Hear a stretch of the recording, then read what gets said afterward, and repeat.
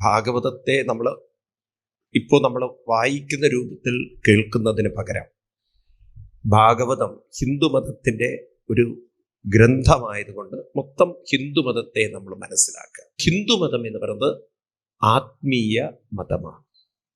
ആത്മീയത എന്ന് പറയുന്നത് എന്താണ്? ആത്മീയത എന്ന വാക്കിൻ്റെ അർത്ഥം നമ്മൾ ഹിന്ദുക്കൾ പഠിച്ചിട്ടില്ല. വാസ്തവത്തിൽ ഇത്തരം ശബ്ദങ്ങളൊക്കെ നമ്മൾ കേട്ടിട്ടുണ്ട് എന്നല്ലാതെ റിയലി നമ്മൾ പഠിച്ചിട്ടില്ല. ഇപ്പൊ ഗീതയിൽ 8-ാം അധ്യായം നമുക്ക് കൃഷ്ണൻ പറഞ്ഞത് കുറേയും കൂടി മനസ്സിലാക്കിയാൽ ആത്മീയത എന്ന ശബ്ദം മനസ്സിലാവും.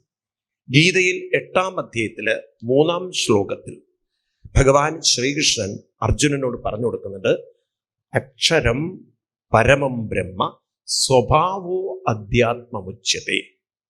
സ്വഭാവം, ഓരോരുത്തരുടെയും സ്വഭാവം, ഈ സ്വഭാവത്തെയാണ് അധ്യാത്മം ഉച്ചതേ, അധ്യാത്മം അഥവാ ആത്മീയം എന്ന് പറയുന്നത്. അപ്പൊ ഇവിടെ മനസ്സാണല്ലോ സ്വഭാവത്തിന്റെ കേന്ദ്രം. നമ്മുടെ ഇന്ദ്രിയങ്ങൾ എന്ന് പറയുന്നത് ആ സ്വഭാവത്തെ പ്രകടിപ്പിക്കാനുള്ള ഉപാധി മാത്രമാണ്. എല്ലാവരുടെ സ്വഭാവം ഇരിക്കുന്നപ്പോൾ ഒരാളുടെ സ്വഭാവം ശരിയില്ല പറഞ്ഞാൽ കണ്ണ് ശരിയില്ല, മൂക്ക് ശരിയില്ല, നാക്ക് ശരിയില്ല എന്നല്ലല്ലോ അർത്ഥം. അപ്പൊ അവന്റെ സ്വഭാവത്തിന് ശരിയില്ല പറഞ്ഞാൽ എന്താർത്ഥം? കണ്ണ് ശരിയില്ല എന്നാണോ? ഒരാളുടെ സ്വഭാവം ശരിയില്ല പറഞ്ഞാൽ ഒരാളുടെ മനോവിചാരങ്ങൾ, മനസ്സിലെ ചിന്തകൾ ശരിയല്ല, അങ്ങനെയല്ലേ? സ്വഭാവം മനസ്സുമായി ബന്ധപ്പെട്ടതാണോ? ഉത്തരം നിങ്ങൾ തരണം. ആണോ? ആണ്. അപ്പൊ മനസ്സുമായി ബന്ധപ്പെട്ടതാണ് സ്വഭാവമെങ്കിൽ മനസ്സിനെ കുറിച്ചുള്ള പഠനമാണ് അധ്യാത്മം. അപ്പൊ ഈ വിഷയം ഉണ്ടല്ലോ കുറച്ചുകൂടി സയൻസ് ഓറിയന്റഡ് ആയിട്ട് വന്നത്. അധ്യാത്മം എന്ന് പറഞ്ഞാൽ മനസ്സിനെ സംബന്ധിച്ചത്. ഇത് നിങ്ങളുടെ തലയിൽ ഉറപ്പിക്കണം. നിങ്ങൾ എന്താണ്? ഉറക്കെ പറയൂ. മനസ്സിനെ സംബന്ധിച്ചത്. അപ്പൊ മനസ്സിനെ സംബന്ധിച്ചുള്ള ഒരു പഠനം എന്ന് പറഞ്ഞാൽ ഇന്നിപ്പോ മെഡിക്കൽ കോളേജിൽ സൈക്യാട്രി എന്നൊരു വിഭാഗമുണ്ട്. ഉണ്ടോ? അത് സയൻസ് ആണ്. ആണോ? ആണോ അല്ലയോ? അത് മനുഷ്യന്റെ സ്വഭാവവുമായി ബന്ധപ്പെട്ടുള്ള ഒരു പഠനമാണ്. അവർക്കത് പഠിക്കാൻ പറ്റിയില്ല എന്നുള്ള വേറെ കാര്യം. മനുഷ്യന്റെ മനസ്സുമായി ബന്ധപ്പെട്ടാണല്ലോ സൈക്യാട്രി എന്ന് പറയുന്ന സബ്ജക്റ്റ്. ആണോ? കൂടെ വരണം നിങ്ങൾ. അപ്പോ ഇവിടെ അധ്യാത്മം എന്ന് പറയുന്ന സ്വഭാവം എന്ന വിഷയമാണെങ്കിൽ അത് സയൻസ് ആണോ? അവർക്ക് പറയൂ. അപ്പൊ മറ്റു റിലീജിയനിൽ നിന്ന് അടിസ്ഥാനമായിട്ട് നമ്മൾ വ്യത്യസ്തരല്ലേ? പറയൂ നിങ്ങൾ. ഞാൻ അതുകൊണ്ട് പ്രൂഫ് നിങ്ങളോട് പറയുന്നത് 8-ാം അധ്യായം ഗീതയിലെ 3. നിങ്ങളുടെ അടുത്ത് ഗീതാ പുസ്തകം കൂടി ഉണ്ടാവണം, എന്നാൽ ഈ ഭാഗവതം നിങ്ങൾക്ക് മനസ്സിലാവും. കാരണം പലപ്പോഴും നമ്മുടെ ആചാര്യന്മാര് ഭാഗവത കഥയെ കഥാരൂപത്തിൽ ഭക്തിയായിട്ട് അവതരിപ്പിക്കുന്നവരാണ്. കാലം മാറുമ്പോൾ നമ്മൾ കോലം മാറണം. നമുക്കിന്ന് നമ്മൾ കൂടുതൽ ഇതിൻ്റെ അറിവ് വേണം.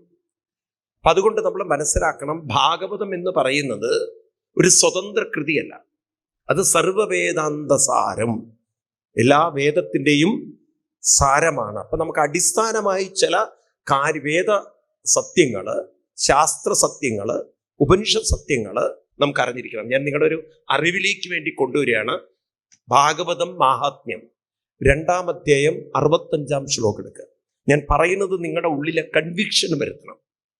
അല്ലെങ്കിൽ നിങ്ങൾ ബ്ലൈൻഡ്ലി ഞാൻ പറയുന്നത് കേൾക്കും. അങ്ങനെ നിങ്ങൾ ബ്ലൈൻഡ്ലി കേൾക്കുന്നവരായി മാറരുത്. നിങ്ങൾക്ക് തന്നെ വ്യക്തത വേണം. അതുകൊണ്ടാണ് പലപ്പോഴും ഇന്നത്തെ കാലത്ത് ഭാഗവത സപ്താഹം എന്ന് പറയുന്നത് പലപ്പോഴും കഥകളുടെ ഒരു ആവിഷ്കാരമായി മാറുമ്പോൾ എന്താണ് ഭാഗവതം എന്ന് നമുക്ക് തന്നെ പരിചയം ഉണ്ടാവില്ല. കഥ പറയുന്നതാണ് ഭാഗവതം. കാരണം കഥ നമുക്ക് നല്ലവണ്ണം ആളുകളെ ആകർഷിക്കുന്ന വിധത്തിൽ പറഞ്ഞ് കുറച്ച് സമയം അങ്ങോട്ട് എൻഗേജ്ഡ് ആക്കാം. അപ്പം അതാണോ ഭാഗവതം എന്നത് നമ്മൾ തന്നെ വ്യക്തമാവണം. കാരണം നമുക്ക് ഗ്രന്ഥപരിചയമില്ല. പലർക്കും പുസ്തകം നമുക്ക് സംസ്കൃതം ആയതുകൊണ്ട് പഠിക്കാൻ പറ്റിയില്ല. അറ്റ്ലീസ്റ്റ് നമുക്ക് ചില ശ്ലോകങ്ങളെങ്കിലും മനസ്സിലാക്കണം, അല്ലേ? വേണ്ടേ? അപ്പൊ ഭാഗവതത്തിലെ ഈ മാഹാത്മ്യത്തിലെ 2-ാം അധ്യായത്തിലെ 65-ാം ശ്ലോകം, ഞാൻ പറയുന്ന ശ്ലോകങ്ങളൊക്കെ നിങ്ങൾ മാർക്ക് ചെയ്ത് വെക്കുക. കാരണം നിങ്ങളുടെ കൺവിക്ഷന് വേണ്ടി. കാരണം നിങ്ങൾക്ക് ഉറപ്പുണ്ടെങ്കിൽ നിങ്ങൾക്ക് മറ്റുള്ളവരിലേക്കും ഈ ഒരു അറിവിനെ പകരാം. അപ്പൊ അവിടെ വ്യാസഭഗവാൻ എഴുതി വെച്ചിരിക്കുന്നത് ഈ ഭാഗവതം ശ്രീമദ് ഭാഗവത കഥാസു തത്കഥം ബോധയിഷ്യസി, അങ്ങനെയാണോ ശ്ലോകം? ആണോ? കാണുന്നുണ്ടോ നിങ്ങൾ? അതിന്റെ 2-ാമത്തെ വരി നോക്കൂ നിങ്ങൾ. അത് അടിവരയിട്ട് തത്കഥാസു വേദാർത്ഥ. തത്കഥാസു കാണുന്നുണ്ടോ വരികള്? തത്കഥാസു വേദാർത്ഥ. ഒന്ന് ഉറക്കെ പറയൂ. ശ്ലോകേ ശ്ലോകേ പദേ പദേ.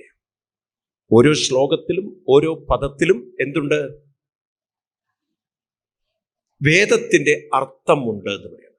അപ്പൊ ഇവിടെ തത് കഥാസു വേദാർത്ഥ എന്ന് പറയുമ്പോൾ തന്നെ ഈ കഥകൾ സ്വതന്ത്രമാണോ? കൂടെ വരണം നിങ്ങൾ, എന്നാലേ മനസ്സിലാവുള്ളൂ. ഈ കഥകൾ പറയാനാണോ ഭാഗവതം പറഞ്ഞത്? അതിൻ്റെ അകത്ത് എന്തുണ്ട്? വേദത്തിന്റെ അർത്ഥമുണ്ട്. അപ്പൊ കഥകളോടൊപ്പം തന്നെ ഏതും പറയണം, വേദത്തിന്റെ അർത്ഥവും കൂടി പറഞ്ഞു കൊടുക്കേണ്ടതുണ്ട്, ഇല്ലേ? തത് കഥാസു വേദാർത്ഥ എന്ന് പറയുമ്പോൾ തന്നെ ഇത് കേവലം ഒരു കഥാപുസ്തകമല്ല എന്നത് സ്പഷ്ടമാണ്. എൻ്റെ വരികളല്ല, എൻ്റെ വ്യാഖ്യാനമല്ല, വ്യാസഭഗവാൻ തന്റെ ഭാഗവതത്തിന്റെ മഹാത്മ്യത്തിൽ എഴുതി വെച്ചിരിക്കുകയാണ്. തത് കഥാസു വേദ അർത്ഥ. അപ്പൊ ഇതിൻ്റെ അകത്ത് ചില വേദാർത്ഥങ്ങളുണ്ട്. അപ്പൊ വേദം എന്ന് പറഞ്ഞാൽ പൊതുവെ നമ്മൾ അർത്ഥമെടുക്കേണ്ടത് ഉപനിഷത്തുക്കളെയാണ് ഇവിടെ വേദം എന്ന് പറയുന്നത്. എന്താണ്? അല്ലാതെ സാധാരണ ചൊല്ലുന്ന വേദം മാത്രമല്ല, അത് അതിൻ്റെ ഒരു കർമ്മകാണ്ഡം മാത്രമാണ്. വേദം എന്ന ശബ്ദത്തിന്റെ അർത്ഥം എന്താണ്? വേദം. വേദം എന്ന വാക്കിന്റെ അർത്ഥം എന്താണ്? വേദം എന്ന് പറഞ്ഞാൽ അറിവ്. അറിവെന്ന് പറയുമ്പോൾ വീണ്ടും നമ്മൾ ഡിവൈഡ് ചെയ്യണം. അറിവ് രണ്ടെണ്ണമുണ്ട്. ഇതൊക്കെ നമ്മൾ ഓർത്തു വെക്കണേ. ദ്വേ വിദ്യേ വേദിതവ്യേ, രണ്ട് വിദ്യകൾ അറിയണം. ഏതൊക്കെയാണ്? ഒന്ന് ഭൗതികമെന്നും രണ്ട് ആത്മീയമെന്നും. അതായത് മനസ്സുകൊണ്ട് അറിയുന്നതിനെ നമ്മൾ ഭൗതികം എന്ന് പറയുന്നു, മനസ്സിനെ അറിയുന്നതിനെ ആത്മീയം എന്ന് പറയുന്നു. ഇപ്പൊ നിങ്ങൾ എന്തൊക്കെ സബ്ജക്റ്റ് പഠിച്ചോളൂ, അതൊക്കെ മനസ്സുകൊണ്ട് അറിയുന്ന സബ്ജക്റ്റുകളാണ്. നമ്മുടെ മെമ്മറിയിലേക്ക് നമ്മൾ ഇൻഫർമേഷൻ കൊടുക്കുകയാണ്, അത് നമ്മുടെ മെമ്മറിയിൽ അവിടെ സ്റ്റോർ ചെയ്യപ്പെടുന്നു. ഇപ്പൊ മെഡിക്കൽ ഡോക്ടറുടെ പ്രൊഫഷൻ ആയാലും ശരി, എഞ്ചിനീയറുടെ പ്രൊഫഷൻ ആയാലും ശരി, ഒരു ചാർട്ടേഡ് അക്കൗണ്ടന്റ് ആയാലും ശരി, ഒരു ലോയർ ആയാലും ശരി, ഇനി മാനേജ്മെന്റ് എന്ത് പഠിക്കുന്നതായാലും ഇതെല്ലാം മനസ്സുകൊണ്ട് മനസ്സിലാക്കി മെമ്മറൈസ് ചെയ്യുന്നതാണ്. ആണോ അല്ലയോ? അതുകൊണ്ട് അത്തരം വിദ്യാഭ്യാസത്തെ മുഴുവൻ വിളിക്കുന്നതാണ് ഭൗതിക വിദ്യാഭ്യാസം. ഭൗതികം എന്ന് പറഞ്ഞു കഴിഞ്ഞാൽ any knowledge which you are accumulating, understanding through mind, that is ഭൗതികം. മൈൻഡിനെ കുറിച്ച് പഠിക്കുന്ന വിദ്യാഭ്യാസമാണ്. കൂടെ വരണം നിങ്ങൾ. മനസ്സിനെ മനസ്സിലാക്കുന്ന വിദ്യാഭ്യാസത്തിന്റെ പേരാണ്, വിദ്യയുടെ പേരാണ് ആത്മീയം. അപ്പൊ രണ്ട് വിദ്യകളും ഇല്ലേ ഇവിടെ? ഉണ്ടോ? ഭൗതികവുമുണ്ട്. ഇപ്പം നമ്മൾ സ്കൂളുകളിലും കോളേജുകളിലും യൂണിവേഴ്സിറ്റികളിലും പ്രൊഫഷണൽ സെന്ററിലൊക്കെ പഠിക്കുന്നതെല്ലാം ഏത് വിദ്യയാണ്? ഏത് പഠിക്കുന്നില്ല? ആത്മീയത പഠിക്കില്ല. അതുകൊണ്ട് മനസ്സിന് എന്ത് സംഭവിക്കുന്നു എന്നത് നമ്മൾ ആരും പഠിക്കുന്നില്ല. ഏതെങ്കിലും ഒരു ട്രാപ്പിൽ ചെന്നപ്പെട്ട്, അല്ലെങ്കിൽ ഏതെങ്കിലും ഒരു കൺഫ്യൂഷനിൽ പെട്ട്, അല്ലെങ്കിൽ ഏതെങ്കിലും ഒരു ചലഞ്ചിൽ പെട്ട് ആകെ ഷാറ്റഡായി പിന്നെ സൂയിസൈഡ്. അതുകൊണ്ടാണ് എഡ്യൂക്കേറ്റഡ് ആയിട്ടുള്ള ആളുകൾ ഇന്ന് ഫൂളിഷ്ലി ജീവിതം കൊണ്ട് തീർക്കുന്നത്. IIT പഠിക്കുന്നവർ തീർക്കുന്നില്ലേ ജീവിതം? അവർക്ക് എന്താ, ബുദ്ധിക്ക് എന്താ കുറവുണ്ടോ? ഇന്ന് മെഡിക്കൽ ഡോക്ടേഴ്സ് സൂയിസൈഡ് ചെയ്യുന്നില്ലേ?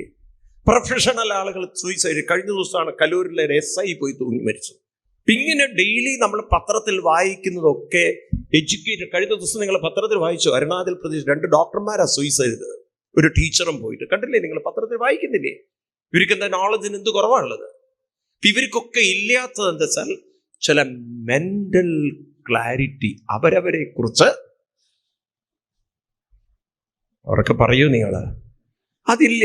മനസ്സിൽ എന്തെങ്കിലും ഒരു വിഷമം വന്നാൽ അതിനെ ഓവർകം ചെയ്യാനുള്ള ഒരു വിദ്യ അവർക്ക് ഇല്ല.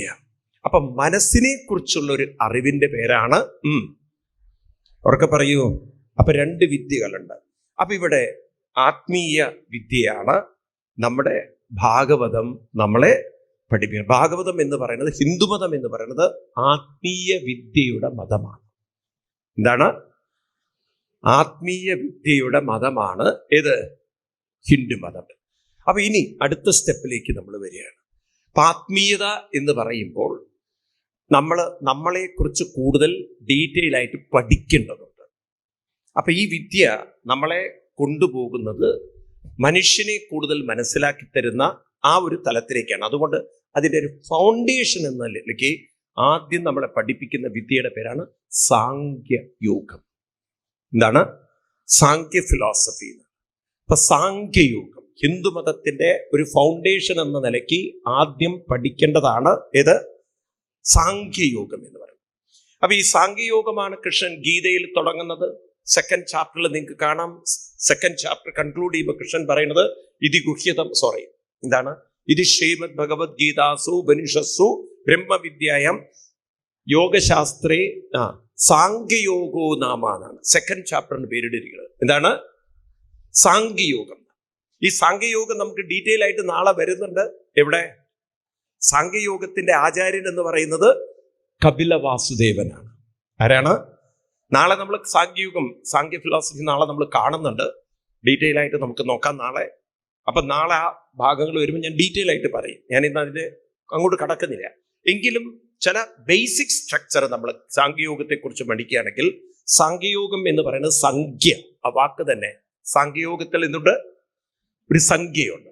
ഇപ്പൊ ഇവിടെ സംഖ്യ എന്നതുകൊണ്ട് അർത്ഥമാക്കുന്നത് മാക്സിനെ അല്ല, നമ്മൾ എണ്ണി തിട്ടപ്പെടുത്തി പഠിക്കുക, വേർപ്പെടുത്തി പഠിക്കുക.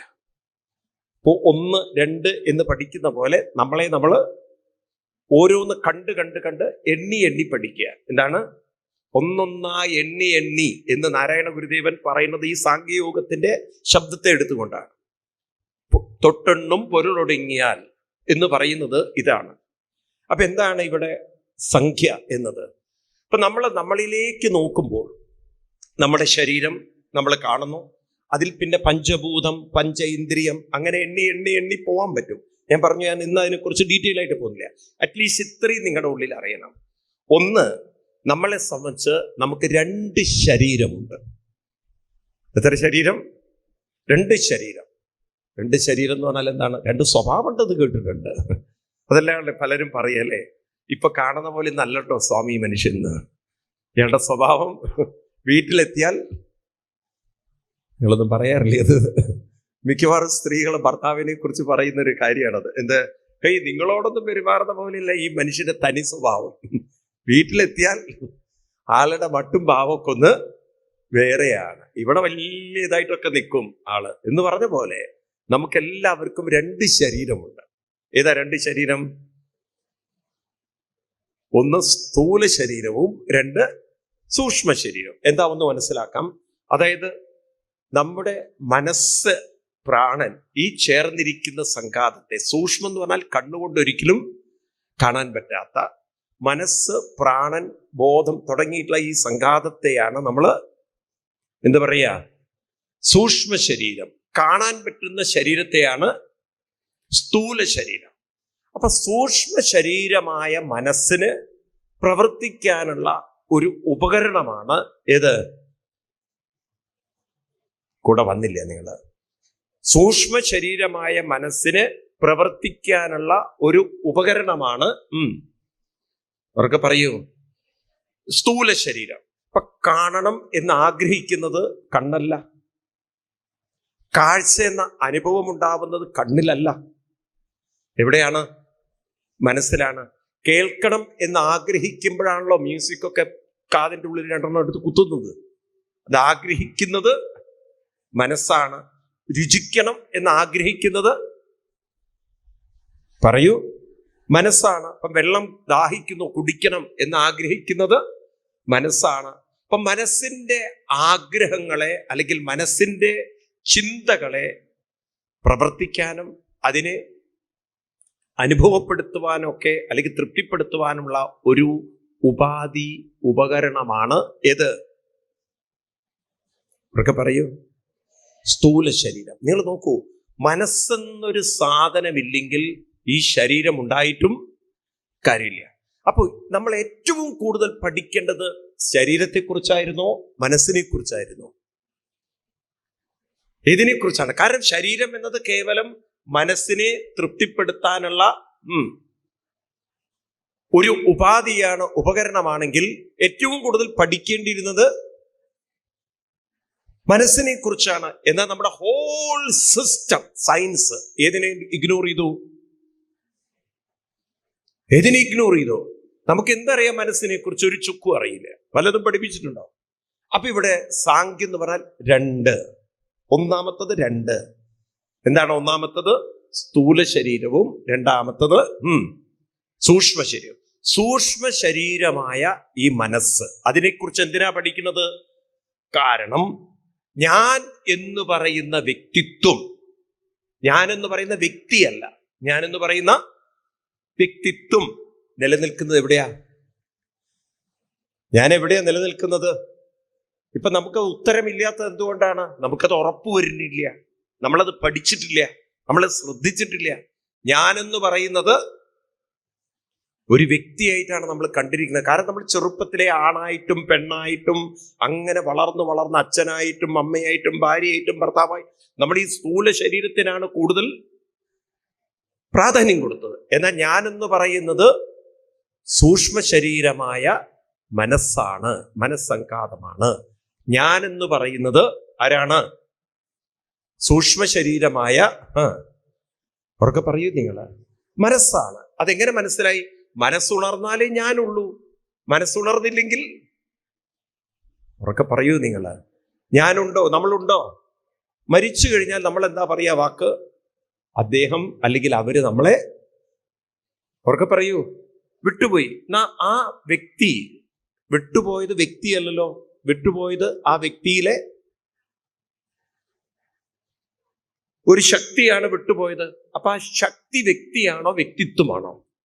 ഈ വാക്കുകളൊന്ന് മനസ്സിലാക്കാൻ വേണ്ടി പറയുന്നത്.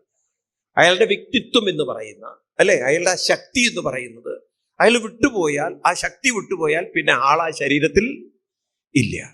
അപ്പൊ നമ്മളെന്ന് പറയുന്നത് ഈ സ്ഥൂല ശരീരമല്ല, നമ്മളെന്ന് പറയുന്നത് ഉറക്കെ പറയൂ സൂക്ഷ്മ ശരീരമാണ്. ആ സൂക്ഷ്മ ശരീരത്തെ കുറിച്ച് പഠിക്കുക എന്ന് പറഞ്ഞാൽ അവനവനെ കുറിച്ച് പഠിക്കലാണ്. അവനവനെ കുറിച്ച് മനസ്സിലാക്കേണ്ടതില്ലേ? വേണോ വേണ്ടയോ? എന്താണ് അവനവനെ കുറിച്ച് മനസ്സിലാക്കേണ്ടത്? മരിക്കുന്നത് വരെ നമുക്കിവിടെ ജീവിക്കണം, വേണ്ടേ? വേണോ? അപ്പൊ മരിക്കുന്നത് വരെ ഇവിടെ ജീവിക്കാൻ എങ്ങനെ ജീവിക്കണം? ഈ ചോദ്യം നമ്മൾ ചോദിക്കണം. ഇങ്ങനെ ജീവിക്കണം. അപ്പൊ നമുക്ക് ജീവിതത്തിൽ സന്തോഷം വേണം, സ്നേഹം വേണം, സംതൃപ്തി വേണം, പ്രയാസങ്ങളെ നേരിടാൻ മനോധൈര്യം വേണം, വേണ്ടേ? ഇതൊക്കെയാണ് എൻ്റെ ജീവിതത്തിൽ വേണ്ടതെന്ന് നമ്മൾ കുട്ടികളെ പോലും പറഞ്ഞ് മനസ്സിലാക്കുന്നുണ്ടോ? നമ്മളെന്താ ഇപ്പം മനസ്സിലാക്കിയിരിക്കുന്ന ജീവിതത്തെക്കുറിച്ച്? നമ്മുടെയൊക്കെ ഒരു അറിവ് എന്ന് പറയുന്നത് ട്യൂഷന് പോകണം, പഠിക്കണം, കുറെ എങ്ങനെയെങ്കിലും പഠിച്ച് പാസ്സായി എങ്ങനെയെങ്കിലും ഒരു ജോലി നേടണം. ഞാൻ ചോദിക്കട്ടെ, ഇതൊക്കെ നിങ്ങൾ ശ്രദ്ധിച്ചു നോക്കൂ. ജോലി നേടി വേണ്ടത്ര ശമ്പളം കിട്ടിയാലും മനുഷ്യൻ തൃപ്തനാണോ? അത് മനുഷ്യന്റെ സ്വഭാവത്തിൽ മാറ്റങ്ങൾ ഉണ്ടാക്കുമോ? അതുകൊണ്ട് അവന് നല്ല കുടുംബജീവിതം നയിക്കാൻ പറ്റുമോ? പറയൂ, നിങ്ങൾ തുറന്നു പറയൂ, ഉറക്കെ പറയൂ. ഇല്ല. അപ്പൊ ഇതൊന്നും മനുഷ്യന് സാധിക്കാത്തതിന്റെ കാരണം പണം കൊണ്ടോ അധികാരം കൊണ്ടോ അല്ലെങ്കിൽ കുറെ വിദ്യാഭ്യാസം കൊണ്ടോ മനസ്സിനെ ഒരിക്കലും തൃപ്തിപ്പെടുത്താൻ, സന്തോഷിപ്പിക്കാൻ സാധ്യമല്ല. അതുകൊണ്ടല്ലേ ചില ആളുകൾ പ്രൊഫഷനൊക്കെ വിട്ടിട്ട് അവസാനം വേറെ മേഖലകളിലേക്കൊക്കെ പോകുന്നത്. കുറെ കാലം ഒരു ജോലി ചെയ്തു, പിന്നെ അതെല്ലാം വിട്ടു, ഇതിലൊന്നും എനിക്കൊരു സന്തോഷമില്ല, സംതൃപ്തിയില്ല, ഉണ്ടോ? അവസാനം ബോറടിച്ച് മടുത്ത് ജീവിതം രാജിവെച്ച് പോകുന്നവരില്ലേ? അപ്പൊ അവരത് എൻജോയ് ചെയ്യുന്നില്ലല്ലോ. കുടുംബജീവിതം സന്തോഷം ഇല്ലാത്തത് കൊണ്ട് ഡൈവേഴ്സ് ചെയ്ത് പോകുന്നവരില്ലേ? ഉണ്ടോ ഇല്ലയോ? അപ്പൊ മനുഷ്യന്റെ മനസ്സിനെ തൃപ്തിപ്പെടുത്താൻ ഇന്ന് നമ്മൾ ഈ കാണിച്ചു കൂട്ടുന്ന കാര്യങ്ങളെ കൊണ്ട് മുഴുവൻ സാധിക്കുമോ എന്നെങ്കിലും നിങ്ങൾ ചോദിച്ചിട്ടുണ്ടോ? എങ്കിൽ മനുഷ്യന്റെ മനസ്സിനെ തൃപ്തിപ്പെടുത്താൻ എന്താ ഒരു മാർഗം എന്നുള്ളത് ആരെങ്കിലും ചിന്തിക്കുന്നുണ്ടോ? നിങ്ങൾ കുട്ടികൾക്ക് പറഞ്ഞു കൊടുക്കുന്നുണ്ടോ? ഉണ്ടോ? ആരെങ്കിലും അതിനെക്കുറിച്ച് ഗൗരവത്തിൽ ചിന്തിക്കണം. അതാണ് നമ്മുടെ ഹിന്ദു റിലീജിയൻ മുഴുവൻ അതിൻ്റെ ഒരു റൂട്ടിൽ നിന്ന് തെന്നിപ്പോയി. കാരണം ഒരു എഡ്യൂക്കേറ്റ് ചെയ്ത് നമ്മളെ വളർത്തിക്കൊണ്ടുവരാൻ നമ്മുടെ ഹിന്ദു സിസ്റ്റത്തിന് സാധിച്ചില്ല. എല്ലാവരും എന്താ വിചാരിച്ചിരിക്കുന്നത്? ഒരു അമ്പലത്തിൽ പോയി പ്രാർത്ഥിച്ചാൽ എല്ലാ കാര്യങ്ങളും ആര് ചെയ്തു തരും? ദൈവം നടത്തി തരുന്നതാണ്. പിന്നെ അനുഭവങ്ങളെ കൊണ്ട് മനസ്സിലാക്കുകയാണ് നമ്മൾ. ഒരു ദൈവത്തിനും ജീവിതത്തിൽ വരാൻ പോകുന്നതിന് തടുക്കാനോ മാറ്റിമറിക്കാനോ മനുഷ്യൻ അത് സഹിക്കണം, നേരിടണം. അതുകൊണ്ടാണ് കുറെ പേര് എത്തിക്സുകളായി മാറിയത്. കാരണം അവർക്ക് ഇതിലൊന്നും വിശ്വാസമില്ലാത്തവരായി. എന്തുകൊണ്ടാണ് അവർ വിശ്വാസം നഷ്ടപ്പെട്ടത്? കാരണം ഒരു കൂട്ടർ അന്ധമായി വിശ്വസിക്കുകയാണ്, ഒരു ദൈവത്തിനും ഇത്തരം കാര്യങ്ങളിൽ ഒരു മാറ്റവും വരുത്താൻ എന്താ ഒന്നും മിണ്ടാത്തത് നിങ്ങള്? സാധ്യല്ല. വരാനുള്ളതൊക്കെ വഴി തങ്ങില്ല, എല്ലാം വരേണ്ടത് വന്നിരിക്കും. അപ്പൊ ഇതൊക്കെ നമുക്ക് കാണുമ്പോൾ കേവലം അന്ധമായ പ്രാർത്ഥന കൊണ്ട് നമ്മുടെ ജീവിത പ്രശ്നം പരിഹരിക്കാൻ പറ്റുമോ? മനസ്സിനെ ഒരു പ്രാർത്ഥന കൊണ്ട് മനസ്സിനെ അത് നേരിടുന്ന പ്രശ്നങ്ങളെ അഭിമുഖീകരിക്കാൻ പ്രാപ്തമാക്കാൻ പറ്റുമോ? എന്താ മിണ്ടാത്തത് നിങ്ങൾ? പറ്റുമോ ഇല്ലയോ? അപ്പൊ അതിനെന്താ വഴി? ആരെങ്കിലും ചിന്തിക്കുന്നുണ്ടോ? ഈ പ്രാർത്ഥനയല്ലേ ഭൂരിപക്ഷ ആളുകൾക്കുള്ളത്. അതിനെന്താ ഒരു വഴിയുള്ളത്? അവിടെയാണ് നമുക്ക് സത്സംഗം എന്ന് പറയുന്നത്. എന്താണ് സത്സംഗം? അതുപോലെ സാധന, രണ്ട് കാര്യങ്ങൾ. ഹിന്ദു മതത്തിന്റെ ഈ രണ്ട് റൂട്ടുകൾ. സത്സംഗം എന്ന് പറഞ്ഞാൽ തന്നെ കൂടുതൽ മനസ്സിലാക്കുന്ന, തന്നെ കൂടുതൽ അറിയുന്ന, തന്നെ കൂടുതൽ എന്താണ് ഏറ്റവും കൂടുതൽ അടുത്തറിയാൻ സാധിക്കുന്ന പഠനങ്ങളെയാണ് എന്തു പറയുക? സത്സംഗം. ഇനി എന്ത് വേണം? തന്നെ മനസ്സിലാക്കി കഴിഞ്ഞാൽ ഇനി തൻ്റെ സാധ്യതകളിലേക്ക്, തൻ്റെ ശക്തിയിലേക്ക് മനസ്സിനെ ഉയർത്താൻ താൻ എടുക്കുന്ന പരിശീലനങ്ങളെയാണ് സാധന എന്ന് പറയും. ഈ രണ്ട് വാക്കുകളും നമുക്ക് വളരെ പ്രധാനമാണ്. ഏതൊക്കെ? സത്സംഗവും സാധനയും. ഇന്ന് ഹിന്ദുമതത്തിൽ അതില്ല. ഹിന്ദുമതത്തിൽ മുഴുവൻ പ്രാർത്ഥനയാണ്, തൊഴുതുപോവലാണ്. ആര് പറഞ്ഞു തൊഴുതുപോവലാണ് ഹിന്ദുമതം എന്ന്? ആര് പറഞ്ഞു പ്രാർത്ഥിക്കലാണ് ഹിന്ദുമതം എന്ന്? അതുകൊണ്ട് നമ്മൾ മുഴുവൻ റൂട്ട് തെറ്റിപ്പോയി, കംപ്ലീറ്റ് റൂട്ട് തെറ്റിയിട്ട് വളർന്നു. അപ്പൊ അതിനൊന്ന് കറക്റ്റ് ചെയ്തെടുക്കണം. വേണ്ടേ? കൃഷ്ണൻ എന്താണോ പറഞ്ഞിരിക്കുന്നത്, ഗുരുക്കന്മാരെന്താണോ പറഞ്ഞത്, ആ റൂട്ടിൽ പോകണമെന്ന് ആഗ്രഹമുണ്ടോ? അതോ ഇന്ന് കാണുന്ന ഈ ഓട്ടത്തിൽ ഓടണമെന്നാണോ ആഗ്രഹം? പറഞ്ഞത് മനസ്സിലായില്ലേ നിങ്ങൾക്ക്? കൃഷ്ണൻ പറഞ്ഞ റൂട്ടിലൂടെ പോകണം എന്ന് ആഗ്രഹിക്കുന്നുണ്ടോ? ഉണ്ടോ? അതേപോലെ ഗുരുക്കന്മാര് പറഞ്ഞ റൂട്ടിലൂടെ പോകണം എന്ന് ആഗ്രഹിക്കണം. ഞാൻ ചോദിക്കുന്നതിന് ഉത്തരം പറയാം. ഈ തൊഴുതു പോകുന്ന ആളുകൾ അവരുടെ ജീവിതത്തിന്റെ അവസാന ഭാഗങ്ങളിലേക്ക് നോക്കിക്കഴിഞ്ഞാൽ നിങ്ങൾക്ക് അവരിൽ ഉള്ളിലൊരു സംതൃപ്തിയും മനോധൈര്യവും ഒരു ഈശ്വരപ്രാപ്തിയുടെ ഒരു ഭഗവാനെ കണ്ടു അല്ലെങ്കിൽ ഭഗവാനെ അറിഞ്ഞു, ഈ കൃതാർത്ഥത ഉള്ളവരാണോ അവര്? സത്യം പറയൂ. നിങ്ങളെ കണ്ടിടത്തോളം തൊഴുതു പോകുന്ന ആളുകളെയൊക്കെ അവസാനം നോക്കിക്കഴിഞ്ഞാൽ are they really happy mentally? ഉറക്കെ പറയൂ, അല്ല. എന്നാൽ കൃഷ്ണൻ പറഞ്ഞ റൂട്ടിലൂടെ നമ്മൾ പോയാൽ കൃഷ്ണൻ പറയുന്നു, നിങ്ങൾക്ക് എന്നെ അനുഭവിക്കാൻ, പ്രാപിക്കാൻ സാധിക്കും. മയ്യേവ പ്രവിലീയതേന. എന്താണ് മയ്യേവ പ്രവിലീയതേ എന്ന് പറഞ്ഞാൽ എന്നിൽ തന്നെ നിങ്ങൾക്ക് മനസ്സിലായില്ല, ആ വാക്കുകളൊക്കെ മനസ്സിലായില്ല. എന്നിൽ തന്നെ, അതായത് നിങ്ങൾ ഗീതാ പുസ്തകം എടുക്കുക, അതിൽ 11-ാമത് അധ്യായത്തില് 54-ാം ശ്ലോകത്തില് കൃഷ്ണൻ പറയുന്നു,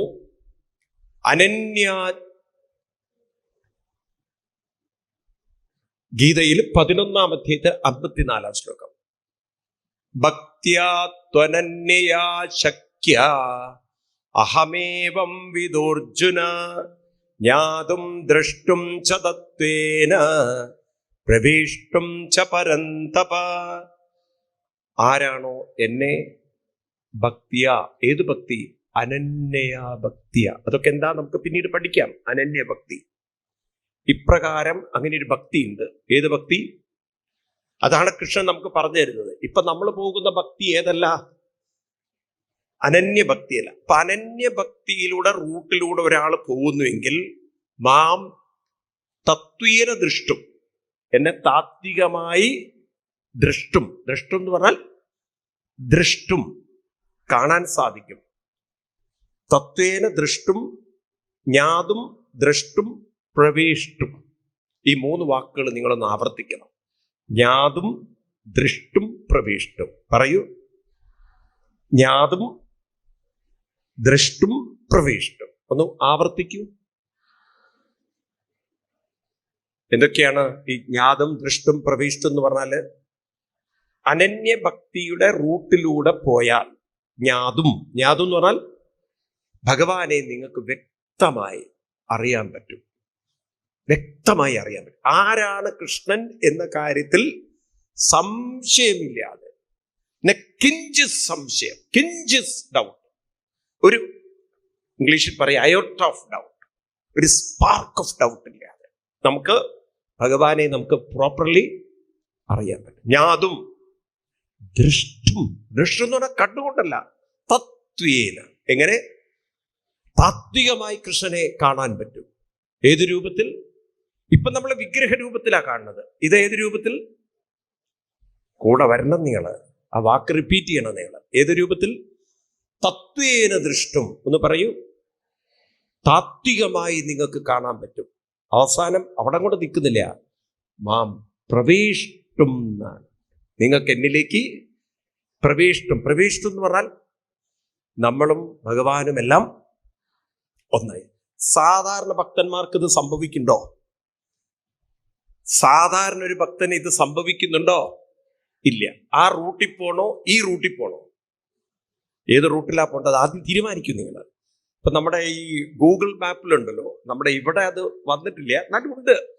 ഈ ചില സമയത്ത് നമുക്ക് ഗൂഗിൾ മാപ്പിൽ ഓപ്ഷൻസ് തരും. ഓപ്ഷൻസ് എന്നാൽ ഹൈവേ ടോൾ റോഡുണ്ട്, ചിലപ്പോൾ ടോൾ ഇല്ലാത്ത റോഡ് ഉണ്ടാവും, ചിലപ്പം കൺട്രി റോഡുകൾ ഉണ്ടാവും. ഇതൊക്കെ ഓപ്ഷൻസ് തരും. ഈ ഓപ്ഷൻസ് നമ്മൾ ഓപ്റ്റ് ചെയ്ത് കഴിഞ്ഞാൽ ആ റൂട്ടിലൂടെ വണ്ടി നമ്മളെ കൊണ്ടുപോകും. മനസ്സിലാവുന്നുണ്ടല്ലോ? ഇതുപോലെ നമുക്ക് ഓപ്ഷൻ തരാം. തൊഴുതു പോകുന്ന ഓപ്ഷനും ഉണ്ട്. ദൃഷ്ടും ജ്ഞാതും ദൃഷ്ടും പ്രവേഷ്ടും. വാക്കൊന്നുകൂടി പറയും, ഒന്ന് ഉറപ്പിച്ചു പറയും. എനിക്ക് വേണ്ടിയിട്ടില്ല, നിങ്ങൾക്ക് വേണ്ടിയിട്ടാണ്. കാരണം നിങ്ങളുടെ തലയിൽ ഇത് നിൽക്കണം. അടുത്ത ബ്രേക്ക്ഫാസ്റ്റിന്റെ കൂടെ മറന്നു പോകരുത്. മനസ്സിലായില്ലേ? ജ്ഞാതും ദൃഷ്ടും പ്രവേഷ്ടും. എന്താണ്?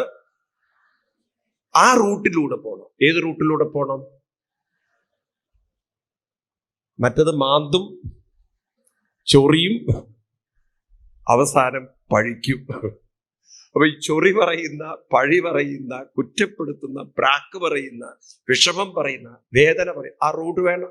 റോഡ് വേണോ? ഈ റോഡ് വേണോ? ഏത് വേണം? അപ്പൊ ഇങ്ങനെ രണ്ട് റോഡുകളുണ്ട് ഭക്തിയുടെ. അപ്പൊ ഭഗവാൻ പറയുന്ന പാതയിലൂടെ നമ്മൾ പോകണമെങ്കിൽ നമ്മളുടെ കുറച്ചൊരു പണിയുണ്ട്. എന്താ പണി? ആദ്യം ജ്ഞാതും എന്നാ കൃഷ്ണൻ പറഞ്ഞത്. എന്താണ്? അറിവിലൂടെ മാത്രമേ ഈ പാതയിലൂടെ പോവാൻ. ഇപ്പൊ മെനക്കെടലുണ്ട്. ഇത് എളുപ്പമല്ല. കാരണം ഇത് വേണ്ട രീതിയിൽ അറിയേണ്ടതുണ്ട്, ഇത് പഠിക്കേണ്ടതുണ്ട്, ഇത് മനസ്സിലാക്കേണ്ടതുണ്ട്.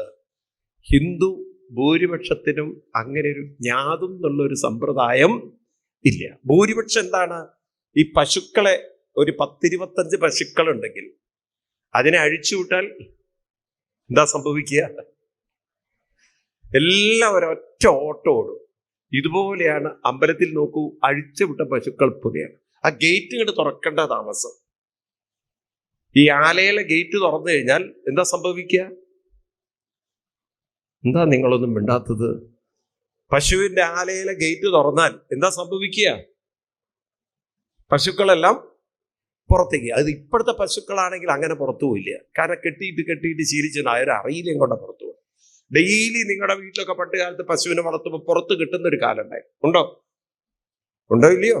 അപ്പൊ പശുവിനെ പുറത്തേക്ക് ഇറക്കിയാൽ അതിന്റെ കുട്ടി, ആ കുട്ടി അമ്മയുടെ കൂടെ പുറത്തേക്ക് പോകുന്ന പോലെ ഈ അമ്പലത്തില് അവിടെ ഇങ്ങനെ കുറെ അഴികളൊക്കെ വെച്ചിട്ടുണ്ട്. അത് തുറന്നു കഴിഞ്ഞാൽ പിന്നെ എല്ലാ പശുക്കളും, ഞാൻ ആരെയും കുറ്റപ്പെടുത്തുകയല്ല, എല്ലാം ഒരു 90% നമ്മുടെ ഹിന്ദു സമൂഹം ഒരു ബ്ലൈൻഡ് ഭക്തിയിൽ ജീവിക്കുന്നവരാണ്.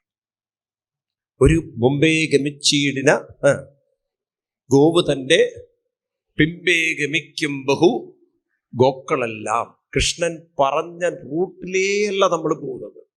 കൃഷ്ണൻ അനന്യഭക്തിയെക്കുറിച്ച് പറയണോ, നമ്മൾ വേറെ റൂട്ടിൽ പോകുന്നു, നമ്മുടെ ഇഷ്ടപ്രകാരമുള്ള. അതുകൊണ്ടാണ് ഭഗവാൻ എടുത്തു പറഞ്ഞത്. ഗീതയിലെ 2 ശ്ലോകം കൂടി നമുക്ക് എടുത്തിട്ട് ഞാനിന്ന് നിർത്തും.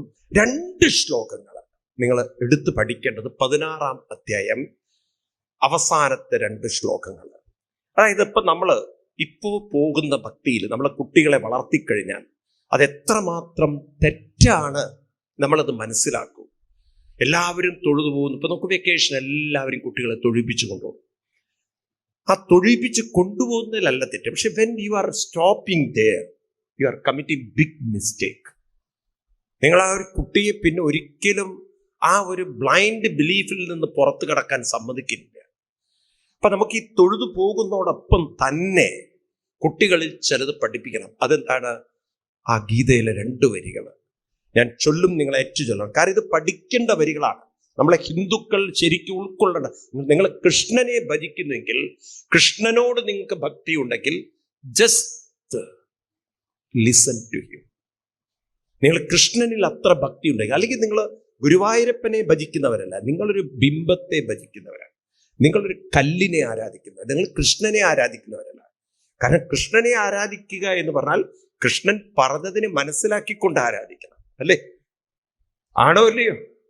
എന്താ ഒന്നും മിണ്ടാത്ത നിങ്ങൾ? മറ്റേതൊരു വെറും വിഗ്രഹത്തിന്റെ ആരാധകരാണ്. അപ്പൊ കൃഷ്ണൻ പറഞ്ഞിരിക്കുന്നു, യശാസ്ത്രവിധിം ഉത്സൃജ്യ. ഒന്ന് എല്ലാവരും ഉറക്കെ ചൊല്ലു അതൊന്ന്.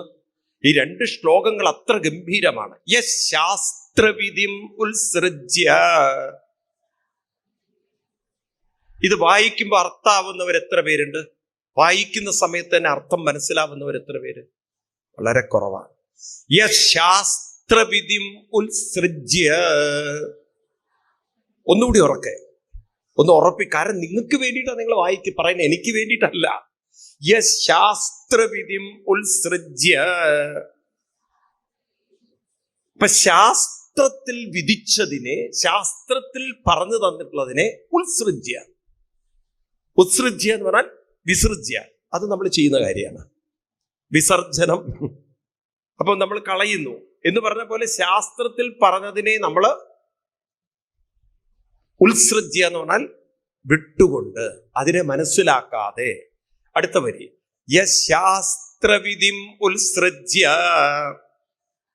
പോരാ, എനിക്ക് നിങ്ങളുടെ ഒരു റിട്ടേൺ പോരാ, അങ്ങോട്ട് ഒരു ഊർജത്തിൽ പറയുന്നില്ല. യശാസ്ത്രവിധിം ഉത്സൃജ്യ വർത്തതേ കാമകാരത. വർത്തതേ കാമകാരത, കാമത്താൽ കാരണമായി, അല്ലെ അതിന്റെ കാരണത്താൽ എന്ന് പറഞ്ഞാൽ കാമകാരണം എന്ന് പറഞ്ഞാൽ, ഇവിടെ കാമം എന്നൊക്കെ പറഞ്ഞാൽ നമ്മളൊരു ഒരു സന്ദർഭോചിത അർത്ഥം എടുക്കണം.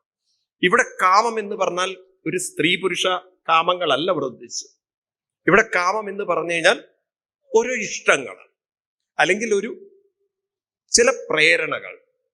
ഇപ്പൊ ചില പ്രേരണകളുടെ കാരണത്താൽ ആളുകൾ ശാസ്ത്രവിധി മനസ്സിലാക്കാതെ ആരോ ചെയ്യുന്നതിന്റെ പിന്നാലെ നമ്മളും ചെയ്യുന്നു ഓരോ കാര്യങ്ങൾ. എന്ന് വെച്ചാൽ മറ്റുള്ളവർ അനുഷ്ഠിക്കുന്നതിനെ നമ്മളും ഒരു ഇഷ്ടം കൊണ്ട് നമ്മളും അമ്പലത്തിൽ പോകണം, കൃഷ്ണനോടൊരു ഭക്തി ഉണ്ട് എന്നാണ് നമ്മൾ വിചാരിക്കുന്നത്. അത് ഭക്തിയല്ല, അതൊരു പ്രേരണ മാത്രം.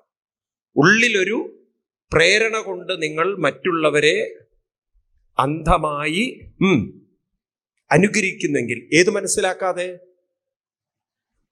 മനസ്സിലാക്കാതെ, ശാസ്ത്രം മനസ്സിലാക്കാതെ നിങ്ങൾ അന്ധമായി മറ്റുള്ളവരെ പിന്തുടരുന്നു എങ്കിൽ, അടുത്ത വരി, നജസിദ്ധിം അവാപ്നോതി. ഉറക്കെ നജസിദ്ധിം അവാപ്നോതി. നജസിദ്ധിം അവാപ്നോതി. അവർക്കൊരു സിദ്ധി, ഒരു ഐശ്വര്യവും, സിദ്ധികൾ എന്ന് പറഞ്ഞാൽ ഐശ്വര്യം, അവർക്ക് ഒരു ഐശ്വര്യവും ഉണ്ടാവാൻ പോകുന്നത്. അപ്പൊ ബ്ലൈൻഡ്ലി തൊഴുതു പോകുന്നവർക്ക് എന്തേ പറ്റിയത്? അവർക്ക് എന്തോ ഒരു കുറവ് അവർക്ക് പറ്റിയത്. അത് തന്നെ ഉറക്കെ പറയൂ, കൂടെ വരുന്നില്ലേ നിങ്ങൾ? ഒരു പോയിന്റാണ് കൃഷ്ണൻ പറഞ്ഞിട്ടുള്ളത്. എന്താണ് അവർക്ക് പറ്റിയത്? ഉറക്കെ പറയൂ. അവര് ശാസ്ത്രവിധി മനസ്സിലാക്കാതെ മറ്റുള്ളവരെ അന്ധമായി ഒരു ഇഷ്ടം കൊണ്ട്, പ്രേരണ കൊണ്ട് അവര് അനുകരിക്കുന്നെങ്കിൽ അവർക്കൊരു ഐശ്വര്യവും എന്ന് മാത്രമല്ല ന പരാംഗതിം. അത് മുഴുവൻ വായിക്കാം. ന സിദ്ധിമവാപ്നോതി. അടുത്ത വരി എന്താണ്? ന സുഖം ന പരാംഗതിം. ഒരു യഥാർത്ഥ സുഖവും ഒരു യഥാർത്ഥ ഗതിയും അവർക്ക് അപ്പൊ നോക്കൂ, അന്ധമായി മറ്റുള്ളവരെ പിന്തുടരുന്ന ഭക്തി ശരിയാണോ? അതൊക്കെ പറയൂ നിങ്ങള്. അല്ല. ഏത് വേണം? ഏത് മനസ്സിലാക്കണം?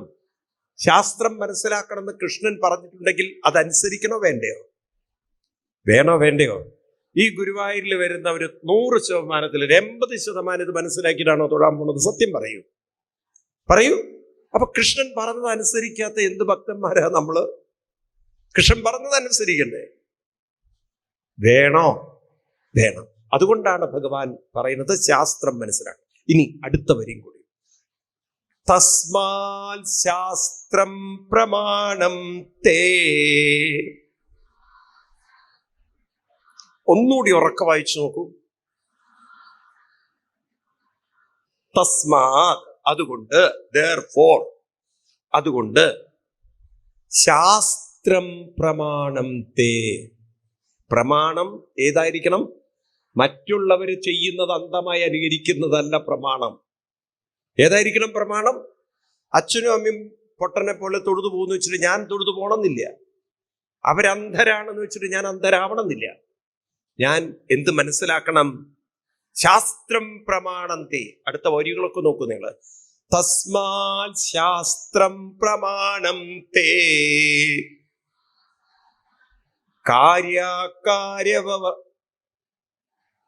കാര്യ വ്യവസ്ഥിഷു. ഒന്നുകൂടി ഉറക്കെ വായിക്കൂ. കാര്യ വ്യവസ്ഥിഷു. കാര്യം അകാര്യം. കാര്യം എന്ന് പറഞ്ഞാൽ ചെയ്യേണ്ടത്, അകാര്യം. ഇപ്പൊ ചെയ്യേണ്ടതെന്ത്, ചെയ്യേണ്ടത് എന്തത്, എന്താണ് ഞാൻ ചെയ്യേണ്ടത്, എന്താണ് ഞാൻ ചെയ്യേണ്ടത് എന്ന് വെച്ചാൽ, ഒരു ക്ഷേത്രത്തിൽ ഞാൻ എന്തിനാണ് പോകുന്നത്, അവിടെ എന്തൊക്കെയാണ് ചെയ്യേണ്ടത്, അവിടെ എന്താണ് ചെയ്യേണ്ടതില്ലാത്തത്, ഇത് മനസ്സിലാക്കിയിട്ടാണോ നമ്മൾ അമ്പലത്തിൽ പോയിട്ടുള്ളത്? ഇത് നമ്മൾ കുട്ടികൾക്ക് പറഞ്ഞു കൊടുക്കുന്നുണ്ടോ? തൊഴുതുപോകലാണ് അവിടെ ചെയ്യേണ്ടതെന്ന് നിങ്ങൾ ആരെങ്കിലും ശാസ്ത്രത്തിൽ മനസ്സിലാക്കിയിട്ടാണോ പോകുന്നത്? എന്താ മിണ്ടാത്തത് നിങ്ങള്? ആരെങ്കിലും നിങ്ങൾക്ക് ശാസ്ത്രത്തിൽ വെച്ച് പറഞ്ഞു തന്നിട്ടുണ്ടോ? അപ്പോ എന്തവിടെ ചെയ്യണം, എന്ത് ചെയ്യരുതെന്ന് ഏതിന്റെ അടിസ്ഥാനത്തിൽ മനസ്സിലാക്കണം? ശാസ്ത്രത്തിന്റെ. എന്നിട്ട് അടുത്ത വരി. അതുകൊണ്ട് അടുത്തത് എന്താണ്? ജ്ഞാത്വാ ശാസ്ത്രവിധാനോക്തം. സോറി, അല്ലേ? ജ്ഞാത്വാ ശാസ്ത്രവിധാനോക്തം കർമ്മ കർത്തുമിഹാർഹസി. അതുകൊണ്ട് എന്ത് വേണം? ആചാര്യന്മാരുടെ അടുത്ത് പോയി ജ്ഞാത്വാ ജ്ഞാനം. ജ്ഞാത്വാ എന്ന് പറഞ്ഞാൽ അറിയണം. എന്തറിയണം? ശാസ്ത്രം വിധാനോക്തം. വിധാനോക്തം വിധിപൂർവകം. ആചാര്യന്മാരുടെ അടുത്ത് പോയി ശാസ്ത്രം അറിഞ്ഞിട്ട് വേണം കർമ്മ കർത്തുമിഹ അർഹസി. എന്തൊക്കെ കർമ്മങ്ങളാണ് നമ്മൾ ചെയ്യേണ്ടത്, എന്താണ് നമ്മൾ ചെയ്യാൻ പാടില്ലാത്തത് എന്ന കാര്യത്തെക്കുറിച്ച് ആരിൽ നിന്ന് മനസ്സിലാക്കണം? ആരിൽ നിന്ന് മനസ്സിലാക്കണം? ആചാര്യന് തോന്നിയതുപോലെ പറയാൻ പാടില്ല. ആചാര്യൻ എന്തേ പറയാവൂ? ശാസ്ത്രമായ സത്യങ്ങളെ പറഞ്ഞു കൊടുക്കണം. അപ്പൊ അതുകൊണ്ട് ഇവിടെ നമ്മളെ സംബന്ധിച്ച് നാം ഈ കാര്യങ്ങൾ ഒന്ന് മനസ്സിലാക്കി, അതായത് ആത്മീയ ശാസ്ത്രം മനസ്സിലാക്കി നമ്മുടെ ജീവിതത്തെ നമ്മൾ മുന്നോട്ട് കൊണ്ടു നടന്നാൽ ഭഗവാൻ ശ്രീകൃഷ്ണൻ പറഞ്ഞ പോലെ ജ്ഞാതും, ഈ 3 വാക്കുകൾ നിങ്ങൾ മരിക്കുന്നത് വരെ മറക്കരുത്. ജ്ഞാതും, ദ്രഷ്ടും, പ്രവേഷ്ടും. അവസാനം ഭഗവാനിലേക്ക് എത്തിച്ചേരാം.